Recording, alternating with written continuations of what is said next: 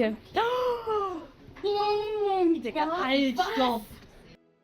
adventurers!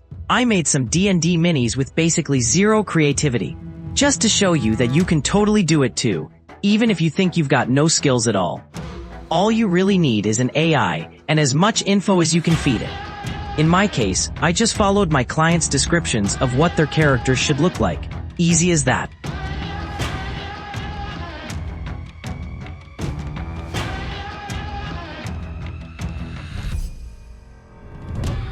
So, I was supposed to make a dragon that doesn't even have wings yet. All I got was a picture of its head, so I told the AI I needed a T-pose reference sheet of a humanoid dragon without wings. The T-pose is super important, because later in Blender I can throw in a skeleton and animate the figure properly. After the AI spat out my desired character, I split the reference image into two halves, front view and back view. Then I tossed those images into Hunyuan 3D to generate a full 3D model from them. Hunyuan 3D is a free AI that you can actually run locally on your own computer. So now I've got the body and the head of my dragon, and I just connect them using TinkerCAD. It's a free browser tool and super easy to use. Sure, I could have done it in Blender, but honestly, I don't have the talent or patience to master that yet. I also made two little slots on the dragon's back where I can later glue in some magnets.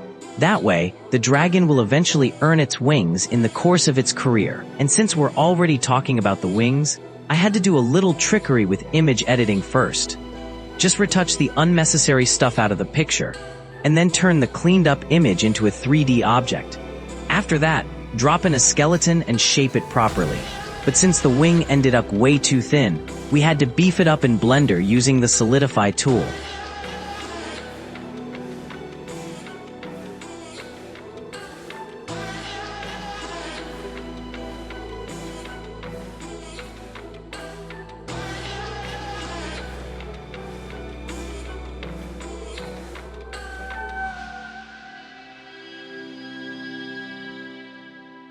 Alright guys, so now I'm animating the dragon, and next up, he's getting his weapons. For that, I made another reference sheet. But the AI kinda got it wrong this time. Pro tip, if that happens to you, just reword your prompt, or tell the AI you only want the object from a single angle that shows the most details. That usually fixes it fast. Once that was done, I just had to fit the weapons to the dragon. But then I realized, wow, that's actually gonna be a lot of different figures to make.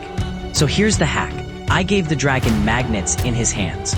So, my client can swap weapons whenever she wants. Totally optional, but honestly, I think it's a super fun feature. So all the processes I showed you with the dragon, yeah, I had to repeat all of that 4 more times, but I did it off camera to save you guys the boredom. But hey, a dungeon adventure isn't really complete without a treasure chest, right? So I quickly made one too.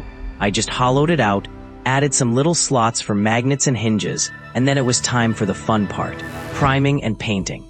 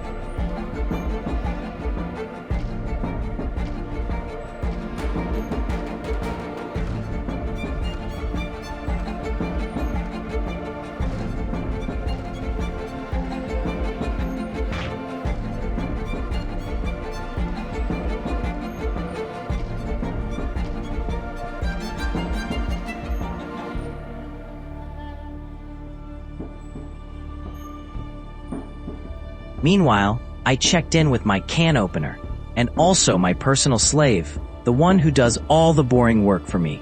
This whole part took forever, so I decided to play around with time and just rewind it. Sadly, the only thing that happened was that I got younger, but we didn't actually save any time.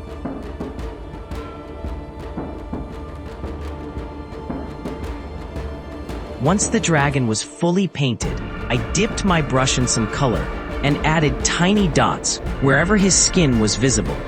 That way, it looks like the dragon actually has a scaly texture on his skin.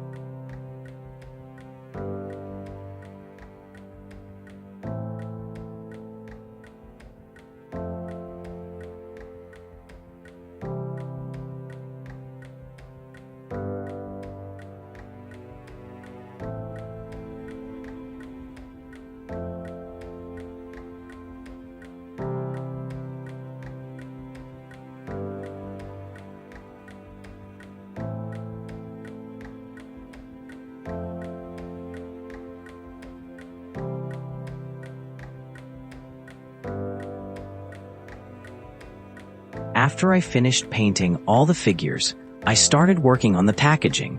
For that, I even had a couple of custom cover images made to match the characters. But yeah, my cutting wasn't the cleanest. The glue left a wet film and wavy surfaces. I slapped on some gloss varnish here and there. And the box doesn't really close perfectly. But hey, it's my first time doing this. With mistakes comes experience.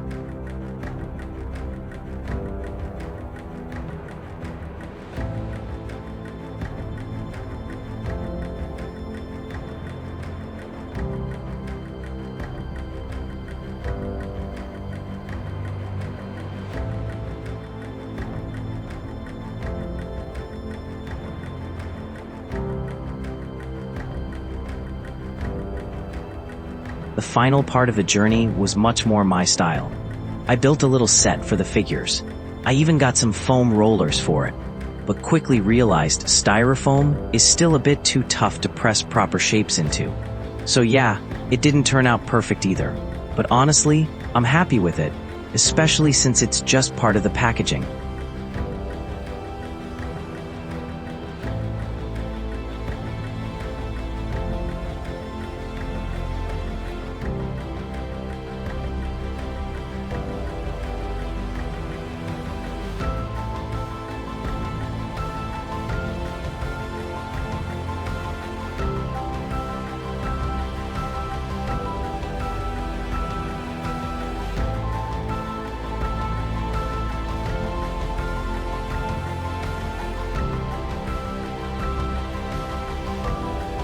Here's another new experience I had.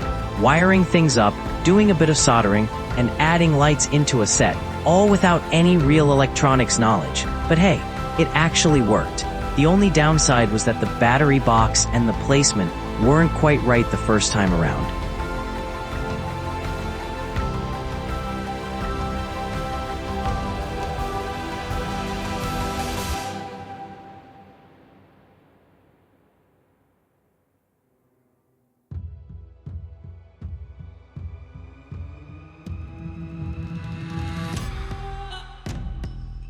Just a few finishing touches left. Alright, now let's take a look at the final product.